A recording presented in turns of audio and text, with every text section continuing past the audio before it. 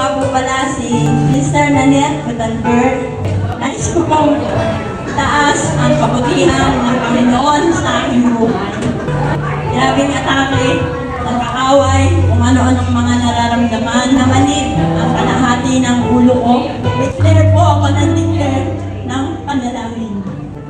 Na nasa ospital na po, alaman na bumagsak pala ang aking pong potassium, mababali ng aking sodium. Kasabay ang paglabas po ng resulta ng aking CT scan. Okay po ang resulta. Lahat tayo may kanya-kanyang battle. Pero yung battle na yan, kapag ibinigay natin sa Panginoon, walang imposible. Eto po ako sa harap ninyo. Muli, magmanig po, magpupuri sa dakilang Diyos natin. Wala po akong ibang ipinataas, kundi ang ating